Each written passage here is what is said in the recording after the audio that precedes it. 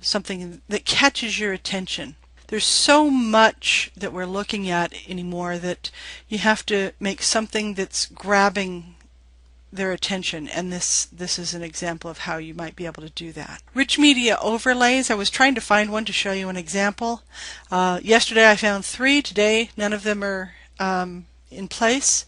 But what it is it's an animated or a video image that sweeps across a web page that you happen to be looking at. It's usually semi-transparent, so you can still see somewhat. You can see the web page behind it.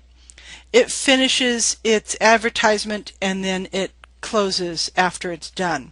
I find them extremely annoying, especially since you can't close it until it's finished its loop. Pop-up behind ads are something that have been around a while.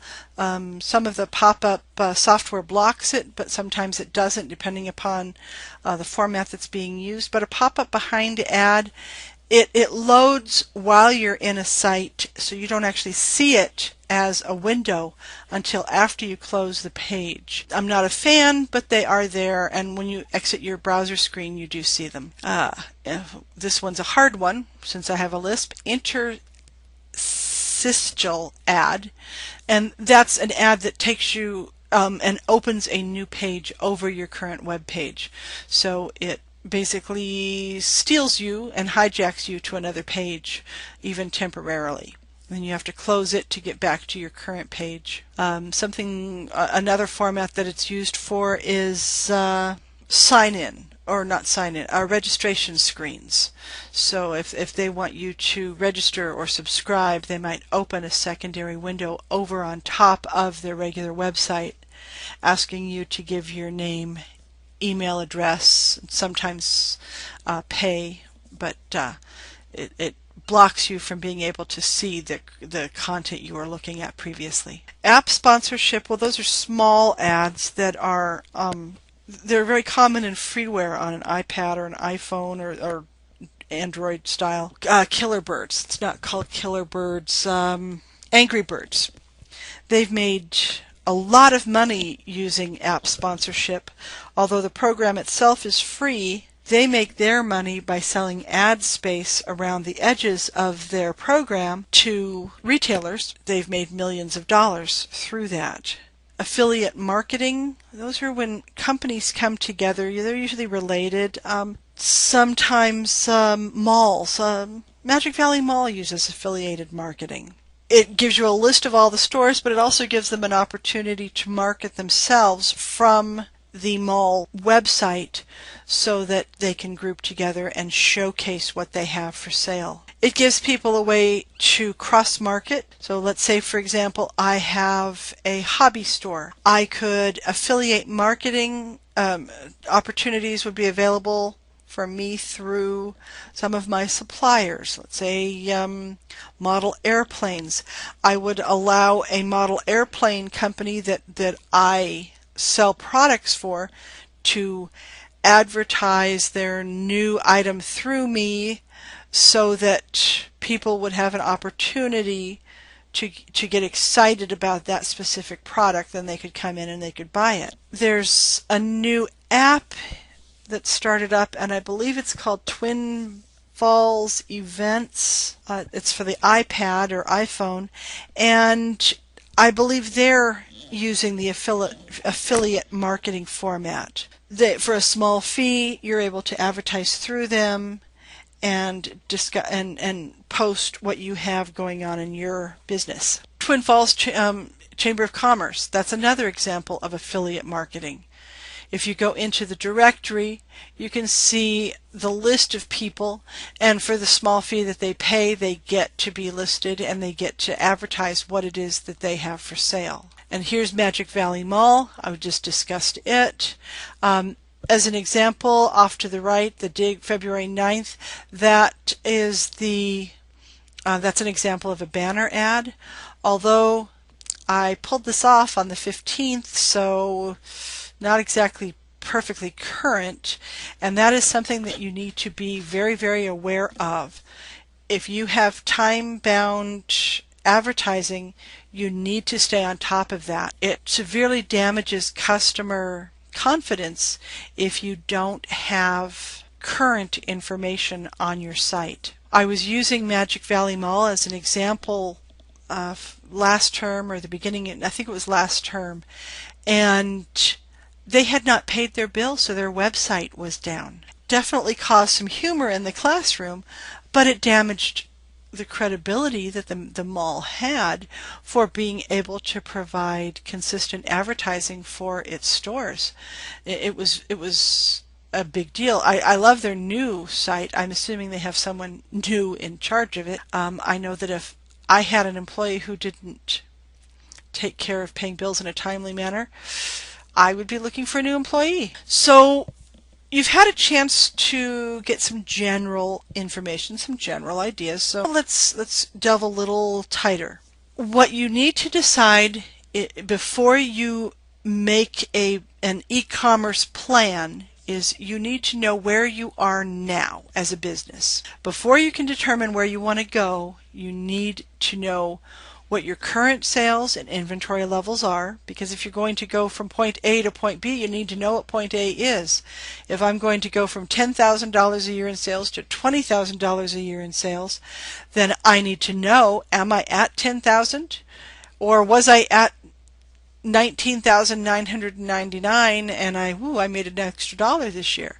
So you need to know where you are financially so that you know where your goals are. You need to know your product availability, cash flow, available marketing budget, personnel. Personnel is a very important one along with product availability. Well, they're all important, but along with product availability. If you start a web campaign, let's say giving people samples of skincare products. If it takes you 15 minutes to put together a sample, I don't think it would, but let's say it takes 15 minutes to do a sample, you can do 4 in an hour. If you have 4,000 people randomly coming to your site going, oh, that's the coolest thing I've ever seen, you are not going to be able to stay up with what your market is demanding. So you need to scale back and redetermine what your goals are. Do you have enough of what you have or what you are advertising to be able to meet the need? When I mention cash flow, the reason for that is if you need to purchase more to meet marketing needs, do you have the cash to make that happen? Are you able to take your business to that next level financially without having it cause undue stress? Once you've determined that you are in a strong position, then you're ready to determine where you want to go. So you need to have something specific. Increase sales 25% over the previous number. Expand to a second location. Increase brand awareness. Well, that's rather vague. So how are you going, or what percent? So by 200 customers. Once you have those pieces in place, then you're ready to take it down more specifically. How will you reach those goals? TAM, total available market, it's a pipe dream. You are not going to sell to everybody under the sun. I have a hobby store. I would like to think I'm going to sell to everyone because the youngest would be 4, the oldest would be 104.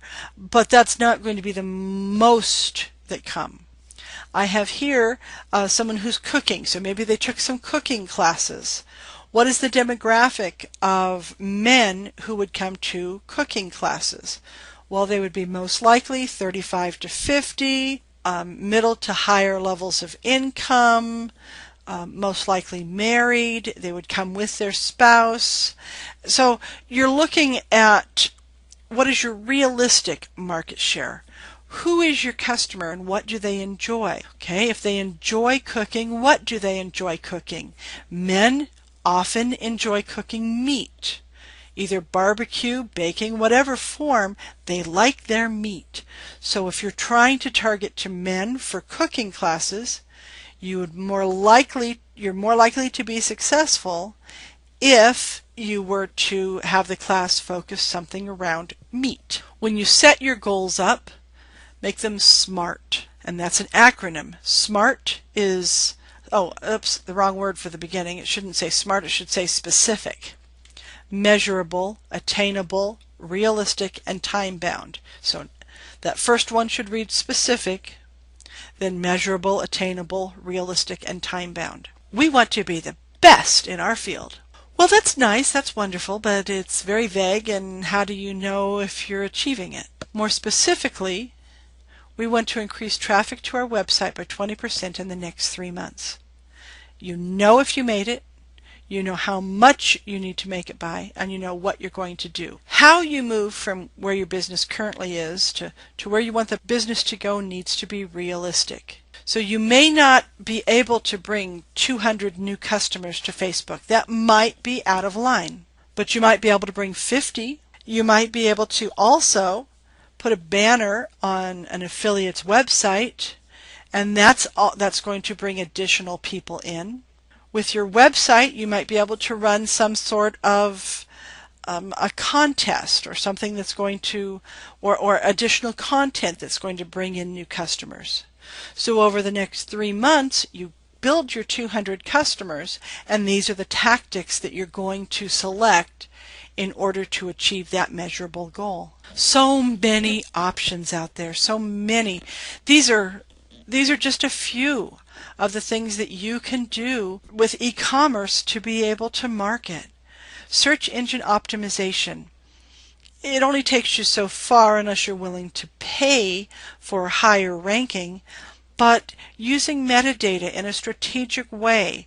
If you're located in Twin Falls, make sure you enter Twin Falls. So if someone types in Twin Falls Motels and you're a Twin Falls motel, they get you on their list. Now, you may not come up as number 1 because you're not paying for that top ranking, but you'll at least come in higher than you would if you had just entered hotel. Pay per click. That's something that Facebook uses. You can advertise with them, and you can have a banner ad come up on the side of their page, and as someone clicks, you pay a small 3 to 5 cents for that person to be clicked through to your website. Banner ads we've talked about before. Different sizes gives you an opportunity to cross-market your products on another site. Social media campaigns. If you have a write-in campaign or an opportunity for people to share viewpoints. In Ontario, Oregon, Gandolfo Sandwich, I was working with them, and we put together an advertising campaign where that asked you to take a picture of yourself eating a Gandolfo sandwich and post it to the Facebook site. And in exchange, you got a coupon for a free 6-inch sandwich. It was wonderfully successful. Increased their market. In about 2 weeks, it gave them an additional 100 likes, which is a pretty fast raise in connections for a small town. It was very successful, and it was a lot of fun looking at all the different pictures of people eating their sandwiches, and then it got to be where people were trying to outdo each other with their pictures eating sandwiches. So it became quite enjoyable. Web-based speaking engagements. You can take part in someone else's event, record content, or appear live. News sites and newspapers are increasingly using recorded content or video content, live video content, in order to be able to bring people to those sites. So offering to be a guest speaker for one of those locations is a great way to get the word out about your business. Online classes. Community education at community colleges, they're always looking for new things. What is it about your business? Now, not advertising your business directly, but is there something that's related to your business that you could use your expertise in to teach a class? It cross-references to your content. Let's say, for example, we go back to the hobby store. If I were to teach an online class or a face-to-face class on how to build a model airplane, they don't have to buy their products from me, but the majority of them would. Blogs are a wonderful way for you to be able to show expertise. You tie them into your website, you list on Facebook that you have made the additional content available, and you allow people that little bit of your expertise, it's almost a teaser to what you can do for them. Say, for example, you're running a nursery. If you were to post a weekly, bi-weekly, monthly, something that people could come to count on, information, what should you be doing now for your grass? Is it time to prune your rose bushes? How do you prune your rose bushes? And you just walk them through those steps.